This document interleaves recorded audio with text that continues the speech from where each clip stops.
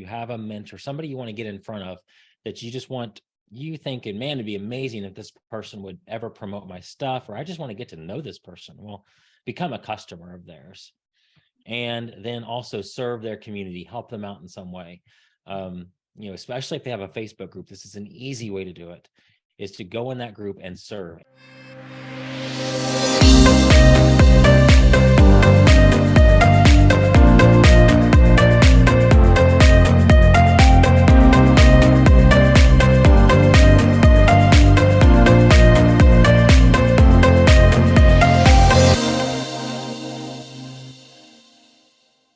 Welcome back to another episode on the Wealth and Christ Show, a show where we inspire the masses to become financially free while building God's kingdom.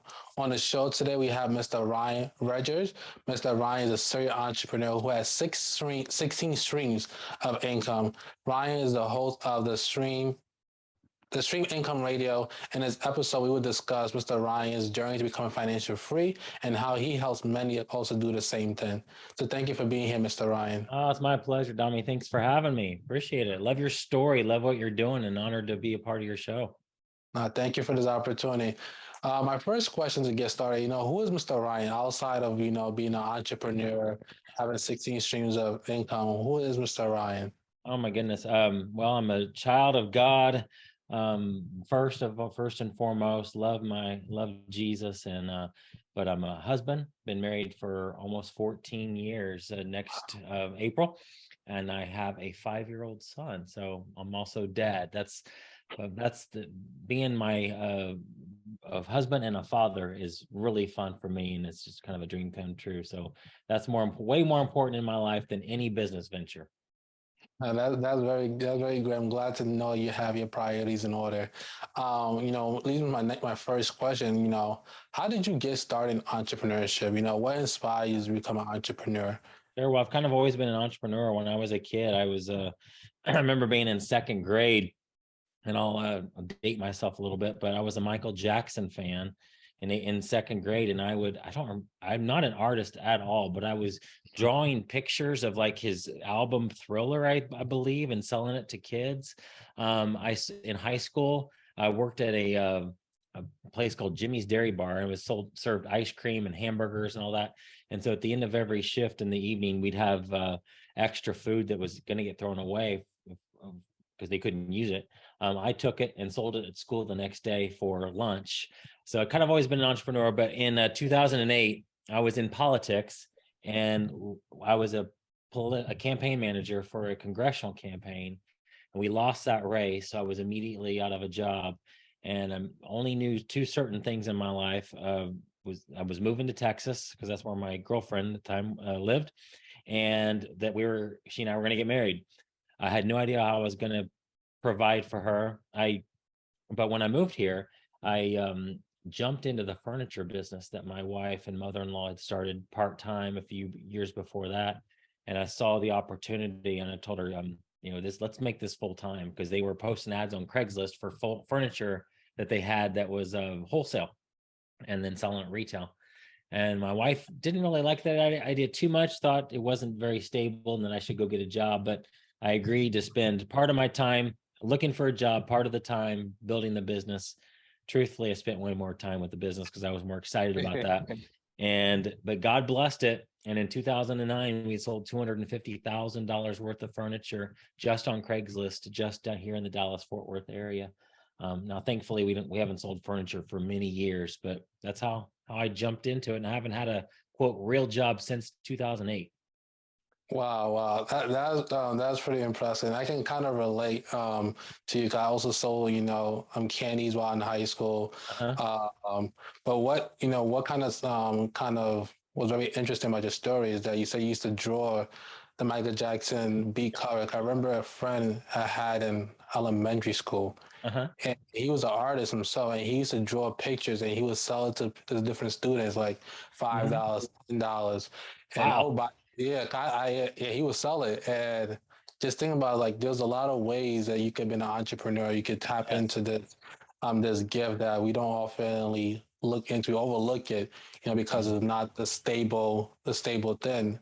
And I want to Right. kind of go to what you just said, when you moved with your wife or your girlfriend at that time, how were you able to, like, once you finally hit that $250,000 in sales, was Mhm. she still questionable that this was Oh not no, stable, he was or on how board that by that conversation? time. I mean, it wasn't. I look back now, and that it sounds like a big number, but when we were going through it, I mean, it took quite some several months for it to build up to a point where it was paying the bills for us. Um, but no, she got on board pretty early after our wedding in April. When we came home, she pretty much did it full time because before that, she was planning the wedding. And then in May of 2019, 2009, actually, that's when she kind of came on board full time, and that's when it really took off. No, that's impressive. That's impressive. And I also know, after you did the selling furniture, you jumped into Amazon FBA. Mhm. How did you get introduced to the Amazon FBA program? Yeah, another God story. So I follow a guy named Jim Cockrum. I believe it's so important to have mentors and people that you follow that are ahead of you. And I was on his email list for many years before even jumping into business. And so I always had in the back of my mind, someday I'm going to have some business. And so I was following, this was 2012. We were selling furniture, and I woke up one morning, saw my email, for an email from him. Just, it wasn't a personal one, it was one to all of his audience. And an auction he was doing for a charity that he cares about was ending that day, and the auction was for his proven Amazon course, along with a bundle of other courses from other people.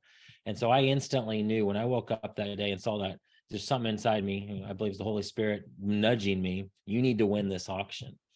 And it was, I felt it was going to take a decent amount of money to win it. So I went into my wife and said, we need to win this auction. I just feel confident about it. She goes, well, how much do you think we need to bid? Well, for us at that time, it was a huge amount of money. It was $1,500 is what I told her. So she says, okay, if you feel like you need to do that. I feel like we need to do that. I said, we do. So I bid it and we won.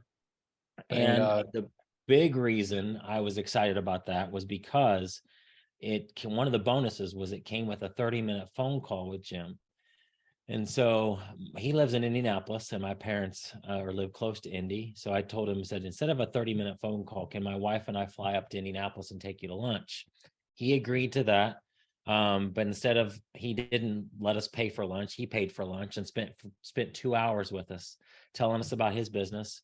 And that's when I'd already kind of heard about it, but he explained the FBA program for Amazon. We were already selling furniture on Amazon, but obviously not through their program because the items we're selling were too big. So he explained that program to us. And that's when the kind of a light bulb went on in our head, because we had access to all these other smaller things as well, besides furniture, that we weren't selling at the time, but we could sell them. And Amazon was the perfect platform for it. So short answer to your question, we learned about it through my friend Jim, who is now a dear friend, and I partnered with him on many, many things over the years. That's well said. And for those who are listening and watching, could you explain what the Amazon FBA program is? Yeah, it's a an opportunity for people to essentially, sell their products on Amazon.com, and instead of having them at your home and storing them at your home, you can send them all to Amazon. Amazon warehouses it for you.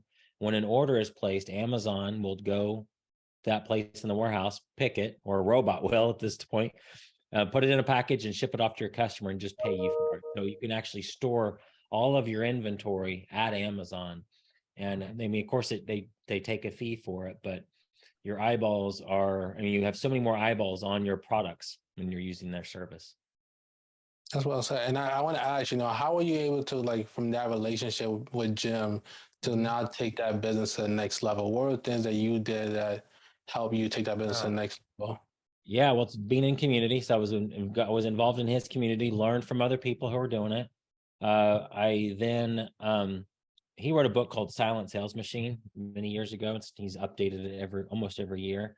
And he talks about the three main ways to make money online. One is physical products. One is through by becoming an expert in your niche and creating content from your knowledge. So like books, courses, those types of things. And then coaching and consulting is the third. I was always intrigued by that second one, which was, getting paid from something I know. So eventually, not too long after I met him, I stumbled upon I don't believe I stumbled upon it. I believe it was a God thing, leading me to a site online for wholesale sources that Amazon sellers could buy from, that you didn't even need to talk to anybody. You could just create an account and place an order. And so I wrote a book about this site and how to use it. Jim promoted it. We sold it for $7. And just after he hit send, within a few days of that, I had made several $1,000s. I think it was $7,000 or $8,000 on a $7 ebook, because he promoted it to his audience. And that's when I fell in love with information. Like, man, I want to do this. So we still sell on Amazon, but the majority of income now comes from the information and the things I've learned. And I have a membership community of Amazon sellers that pay monthly to be a part of it. So that's where my passion is, teaching other people how to do the same thing. No, that's impressive. And one thing I definitely want to go into detail, and oftentimes, when we get into the entrepreneurship journey, you always hear people about, find a mentor, find someone, a coach. And from your story, you found a mentor, but you was able to provide a value to that mentor, which led to a relationship and a friendship where you guys are now doing business. And I want to ask, if you could advise anyone, how can someone get that same relationship with that mentor that they're looking up to, have that same kind of relationship that you have with Jim? Yeah, well, find them, buy their books, buy their courses, get in their mastermind groups, whatever you got to do to get on their radar, serve their community. Don't just walk in. Let's say, Tommy, I found your podcast and I wanted to be on your podcast because I think that your audience needs to buy my stuff. You're probably going to completely ignore me if I just send an email and say, hey, you don't know me, but I have this awesome program and your audience needs it. You're like, who's this guy? But if I come into your program, if I come and I buy all of your merch that you have, I buy all your books, I email you encouraging stuff saying, I love your podcast. That guest was awesome. I learned a lot on that. I'm going to get on your radar pretty quickly. And it's not because of it's me serving you, or I'll go into your Facebook group and I'll answer questions of the people that are in there and help you out. That's going to get me on your radar. And so I would say to your listeners, if you have a mentor, somebody you want to get in front of, that you thinking, man, it'd be amazing if this person would ever promote my stuff, or I just want to get to know this person. Well, become a customer of theirs. And then also serve their community, help them out in some way. Especially if they have a Facebook group, this is an easy way to do it, is to go in that group and serve, answer questions, become the best student of this person. And people ask a question about it, and answer it like you're the author, because you know this guy so well now, or this lady so well now. Help those people out in there, and that man or woman is going to take notice of, man, who's this person that's so helpful in my group? They're serving it. They've never reached out to me asking anything. They're just serving my community.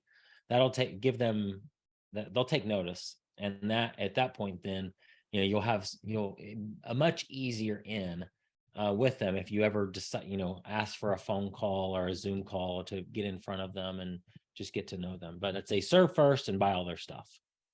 Now that's really great advice. That's really great advice. Now I want to kind of go into, you build an Amazon FBA business to a business where you can provide for your lifestyle. But how do you go from that business to now having 16 streams of income? Yeah. And explain the 16 income you have. Yeah. So I don't even, to be honest with you, I'm not sure if it's 16 anymore. It's probably, yeah, it may be even if I would actually go back and try to think on every single one, every little book, everything that I've ever put out, it may be more than 16, but the main ones, there's about 3 or 4 main ones. And it comes from, it's not simply like, oh, you know what, I think I want to start a lemonade stand on the weekend, and then let's go get a second job. And, those are all extra streams of income, but they all typically flow from, if the main stream was a tree, these are all branches of the same tree. So it's like my Amazon business, and then a membership community based on the knowledge I have about Amazon. And then out of that membership community, I also have a virtual assistant service where we hire VAs in the Philippines to provide profitable product opportunities for the people in my Amazon group. And so it's a whole other stream of income out of that same branch. So my main streams of income right now are the Legends group, which is that Amazon membership community. I also have an eBay group. I have another group that's in the crypto space. So that's kind of a separate thing. I have some crypto investments that bring monthly income every month. So, but I'd say the biggest one right now is that membership community that I have that monthly recurring revenue from people that are in my community. Hey family, I hope you're enjoying this episode so far. And if you are and you have yet to subscribe to us here on YouTube, please hit the subscribe button. And also, if you're listening to us on Apple Podcasts and you have yet to leave us a 5-star review, please do so. Now back to the episode. No, that is real. Thank you for that breakdown. That kind of leads me to oftentimes you hear that the average millionaire has 7 streams of income, Mhm. and the way you broke it down, I think is great that you basically started from your Amazon FBA program. You saw you was doing great. From there, you create a coaching program. From there, you now had a virtual assistant program to help those who are in the program. But I want to ask, how would you advise someone to go about building multiple streams of income? Because you hear all over social media, on Sure. YouTube, you need 7 figures and 7 streams of income in order to be wealthy. So, how would you advise someone, especially in this current economy? Yeah, I'd say start with one, build that. So, for example, if we were giving you ideas, not that you're an entrepreneur, so you probably don't need any more ideas, but like if you and I were just talking outside of a podcast, I would say you have your line of merchandise. So that's one stream of income. You could also say your t-shirts and sweatshirts; those are two. But if we say the t-shirts, the merch is all lumped into one. Then another potential stream would be, Dami, I want to know how you did that. How do you create those Wealth in Christ sweatshirts? Well, you could end up putting together. I could pay you as a coach. You could walk me through it, teach me all the steps, or you could also create a course on how to create merchandise. How did you create your website? That could be a whole other course. Like if you wanted it to be, I know that may not be something you want to do, but I would say start with one, and then another easy way to think about it then is then how to of that can become its own stream or 2 or 3 streams, because the knowledge of how you built your business, somebody else is interested in building that same business or wanting to know how to do it. So that could be one-on-one coaching, that could be a membership group, that could be a one-off course, that could be a book. And so I would tell your listeners, just start with one, get that going, and then find a way to talk to your audience. Your audience will tell you what they want. So if you've written a book about something, they may want to go deeper with you. They may want to know more than what's just in that book. Like you have an investing guide on how to get started in the stock market. That could easily be a paid membership community of people that you go, you take through a process, or you go live once a month in this private group that people pay $50 a month for, just throwing a number out there, where they're learning not only what's in your guide, but because I imagine you're constantly learning new things. So that would be an opportunity to, hey, keep up with what I'm learning, join my membership community. $50 a month, you'll get all the updates. As I learn things, we'll talk about them. We'll talk about certain stocks. We'll talk about things going on in the market. And so that would be something that could be an offshoot of what you've already built. So all to boil it down, say start with one, and then your audience will tell you what that next piece should be based on the questions that they're asking. No, you're 100% right on that. And the question that came to mind, because oftentimes, yes, you can start with one and you venture out to different things. But I want to ask, you personally, how do you go about managing these different streams of income? 'Cause I can imagine it can be overwhelming when you have Sure. this group of people want this from you, that group of people want this from Yeah. you, and so how do you manage not to be overwhelmed by these different streams of incomes you have? Well, you have a team. I couldn't do it without my team. I have several VAs. I customer service is done by a VA. We actually have a team of leaders in my Amazon Legends group. One couple in particular that do almost all of the live webinars for me. So that's also outsourced. I have a lady that is paid to make sure all the questions get answered in the group. So I don't even have to do that if I don't want to. Um, so it all comes down to the right person or people to come alongside you. So for you, for example, if you started an investing membership group, you could easily have a VA that runs all the back end for you, all the bringing in members, all of the newsletters that goes out, setting up webinars for you. And you'd also have people that rise up as moderators that could help all the other members. So it's not always about you going in and answering all the questions.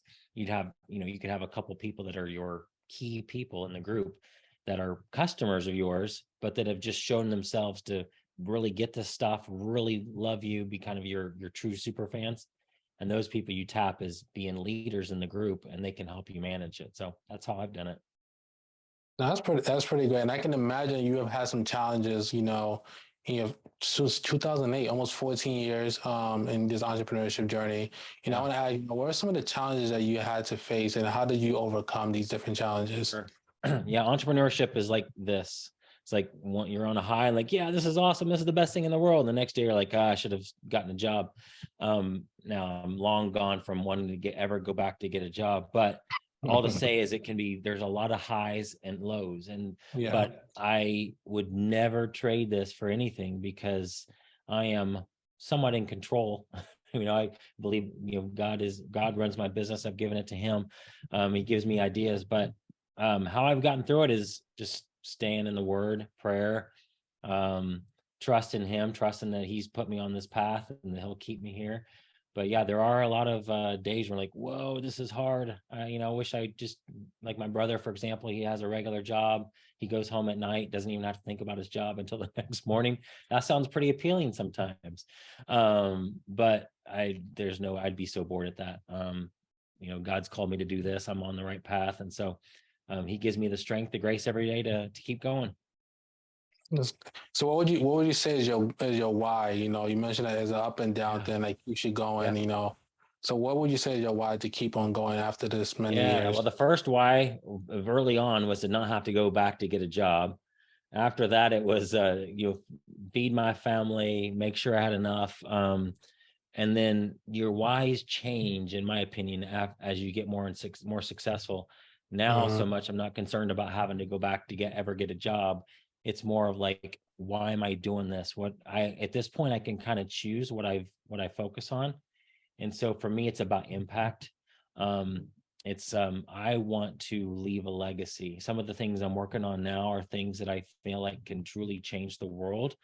And so, they're not major things. They could be major things like a podcast network that we're working on for faith-based folks to help them grow their podcast. So that's something I'm really excited about digging more into and taking my knowledge of podcasts and applying that into the kingdom space and helping people that are out preaching the gospel grow their podcast, grow their influence online using the tools that we have available. So for me at this point, it's my why is my impact. The things that I can do for the kingdom is what gets me out of bed. That's really great. And you mentioned that, your faith is what keeps you going. And I want to ask, how has your faith helped you in this entrepreneurship journey? Oh my goodness. I can't even imagine doing it without the Lord. I don't know how people who don't know the Lord or how they be an entrepreneur or how they even live life. Certainly not successfully. It would be such a harrowing experience. It already is kind of harrowing as a Christian to go through life. But it's helped me. I just could not. I can't even imagine, Dami, living my life without the Lord. There's just no way that I could do it. And he helps me every step of the way. I mean, like little things in my business, I'll ask him for advice for, and he'll point out the right person to call or the right step to do. I'd tell your listeners, he cares about each and every area of your life, and let him be involved in it, especially your business. That's really, you're 100% right about that. Like God does care about every aspect of your business. And one thing I want to ask, being the fact you have different streams of income, actually it's just a two-part question, but I'll ask it this way. First is, when you are building a business and you're building multiple business, when do you yes, I know you mentioned, when your audience asks you, can you create this product, can you provide this different service? But in terms of monetary values, in terms of profit and loss, when would you say it makes sense for someone to say, okay, let me shift, I have this Amazon business, it's doing great. Let me shift into mentorship, creating that community. When should people look into shifting? Because oftentimes people shift when they see it because of the money they can make. Sure. I think any point really. I really feel like that if most people that start an Amazon business aren't doing that because they love, love, love, love selling on Amazon. It's more of a means to an end. It's an easy opportunity for anybody with no money and no experience to create a business. But there might be people that are starting a business and have a passion for helping other people. And so they start an Amazon business and they need to learn a little bit first, but I don't feel like they need to be a millionaire or selling millions of dollars in products before they're qualified to help somebody else. Like if I started my Amazon business 2 months ago and you're just learning on how you're trying to set yours up, I'm already qualified, in my opinion, to help you get started. Now, I'm not very far ahead of you, but I know enough that I can say, click this button, do this. And so I feel like you just need to know more than the people that are behind you. And so I think that's pretty early on. If somebody wants to make that pivot, it doesn't mean you stop doing the main thing. But I think if you sense that, I have a desire to help people, just start helping people. Find somebody who needs what and go help them. And it doesn't have to be something formal. You don't have to have a formal coaching program. I mean, you and I could get on a Zoom call and you teach me how to set up a merch store and I pay you $500 and you get me going. I mean, it could be that informal, but I'd say start anytime you want. That's well. You're 100% right about that. And my next question, because you talk about you have VAs who will help you through all these different programs. You have someone that writes and answers questions. But I want to ask how do you go about building trust? Because I feel like you must have a lot of trust with this kind of people, especially you have multiple streams of business income and multiple business that you have to have this kind of trust. But how do you what's the word I'm looking for? Like you pick and choose like which person you would keep in your business. Yeah. So all the VAs that are working for me have been around for a while. And it's just like any relationship. You start off slow, may give them one small task to do and they do that well, and then give them more and more responsibility. So it's not typically come into my organization immediately you're doing, big things, unless they're a, referral of a friend or something. But all of the VAs who have, any private sensitive information of mine, these are VAs that I've known for years, and have built that trust up. So it can take some time, but I could not do my business without my VAs. So how would you tell people who are listening and watching to go about picking VAs?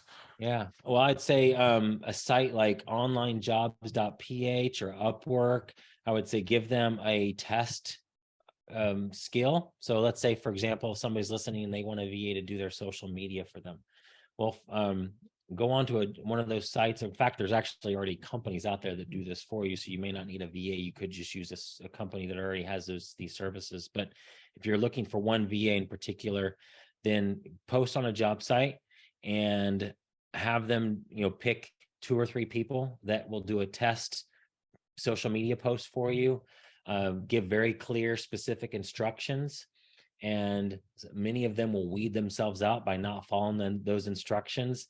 Get it down to 2 or 3, give some type of maybe another test, and then just jump on a Zoom call with them and ask them, get to know them like you would anybody, any job interview that you might do, and pick one and make it a probationary period. You're not married to this person. You're not, offering them a job for life. It's like, let's try this for the next 2 months. And if for any reason it doesn't work for you, it doesn't work for me, we'll come back and talk, but we'll do we'll baby step our way through this. So they just start slow and find somebody you're just comfortable with, but talk to a few of them. In fact, there are also VA services you can use. Like if this process sounds daunting, you don't want to do your own interviews, there are tons of VA services that you can use to, that find VAs for you. Wow, that's pretty impressive. And I want to kind of shift this conversation a bit and talk about your book. The multiple streams of income book. What inspired you to write that book? Yeah, I wanted to help people find ways to make multiple streams of income for them because it's been a life changer for us.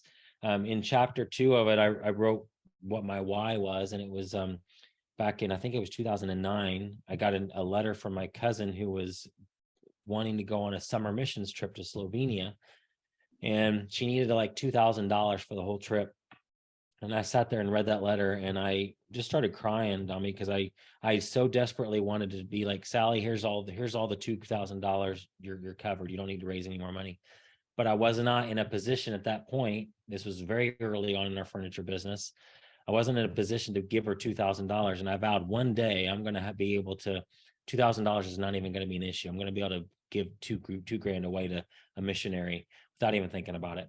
And so it was that why, because it was, I know there's other people that are listening that so desperately, especially kingdom people, who want to give more to their church, give more to some missionary, some ministry that's they believe in, but they just can't. They're living from paycheck to paycheck right now. So if they're doing that, there's no way they have any extra to give anymore. And so I wanted to change that in the body of Christ. I want more people, more Christians to be able to have more money so we can get this job done and get the gospel out. So that's the real reason. That's What's up, fam? If you would like to cop some fire Wealth in Christ merch, you can go to wealthinchristbrand.com. We have t-shirts, hoodies, sweatshirts, all available on wealthinchristbrand.com. Thank you guys for your support. good. And I want to ask, would you say, as was a word, no, I won't say necessary, but how important is it for people to have multiple streams of income? Because like you said, you had that, you were starting your business and you couldn't necessarily give your cousin the $2,000 because you only had that one stream of income that you was building. Yeah. And sometimes, you hear, like Alex Palmore, he always says, he built that one business up, and, he got to a certain level, and from there he was able to branch out. But he's always big on, like, investing, picking that one business and growing it to the highest potential. But here in this interview, we're talking about, having multiple streams of income. But is it really important to have multiple streams of income for people? Yeah. Or Well, I see, like, you could start with like multiple streams of income, for example, would be it could be several different things. So let's say you did have a membership community of an investors that were people are paying you to learn more about stock market investing and other investors.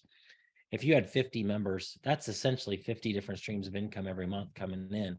Now, let's you lose one, you're down to 49, but you can send an email and get 2 or 3 more pretty quickly, and now you're at 52. And so you can even look at it that way. But if you had one person paying you, let's say they're paying you $5,000 a month, well, that's pretty significant. But and you were raising your family on that $5,000, you were hoping that person doesn't cancel on you.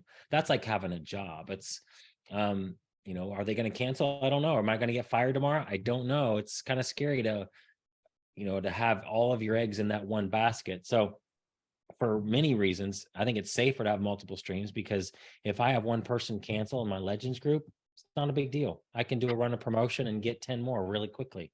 So for me to sleep at night, yeah, multiple streams of income is super important. I don't want to be relying on one consulting contract, one coaching client. I want to rely on any one thing for my income. Now, ultimately, my trust is in God no matter what. But I think, if you're most people who only have one stream of income, it's called a job, and they think, oh, that's so safe. Well, it's really not, because your boss could come into your office tomorrow and tell you don't have a job, and now you have 0 streams of income. So those of us who have, maybe if you have a full-time job plus an extra business, you're already way ahead. So I think it's very important to have extra streams, because if one goes away, then one dries up, you've got others that are still able to pay the bills. No, you're 100% right, especially in this current economy with the rumors of recession around, a lot of techs are laying off, the people. It's important to have another stream of income so you can continue to survive. And, for those who are listening, I would recommend, having the saving accounts, to prepare yourself, so you won't put yourself in that position where you are desperate looking for a job, you have to start a business. So that's very important for people to know and understand. And, I want to, say thank you very much, Mr. Ryan Gregory, for your time. I want to give you the opportunity now to watch your program for those who may be interested in learning more about starting multiple streams of income, and how can they learn more about that? Yeah, just go to ryanreger.com, RYANREGER.com. You can get my book, Streams of Income, totally for free, the ebook version, and be happy to help you get started. No problem. And where do you see yourself in the next 5 to 10 years? Good question. Honestly, if I looked back 5 or 10 years ago from here, it's my current position looks way different then. Probably something so different. I probably definitely do a lot more traveling with short-term missions. I have a lot of desires in my heart to travel the world and do more mission type trips. I mean, I've already done some, but I want to do more of that involving my family. I see my wife and son traveling with me, and we're doing short-term missions and blessing people are out there on the ground doing the work. Probably more some speaking, maybe even preaching in some churches, potentially talking about business stuff. I saw that you have an event coming up in your church. Events Yeah. like that. Those are the types of things that I want to be doing, is equipping the body of Christ with business skills so they can create income that then can go back into their family. So then they have that the margin in their life to be able to give to other causes that they care about. So those are some of the things I see. No, that's thank you, thank you very much for that. For those who are listening, I hope you guys don't see as another entrepreneur, another guest on the show. But I hope this inspires you to go out, and live the dream that God has called you to live. Start that business, start that career, and get it done. And if you're looking for a group of Christians who are working towards becoming financially free, look no further and join the Pray and Invest group on Facebook. And as well, I have a free study guide which can show you how you can get started in the stock market completely for free. And you can get my website, wealthinchristbrand.com. And thank you again, Mr. Ryan Reger. You're welcome. My pleasure. Thanks for having me.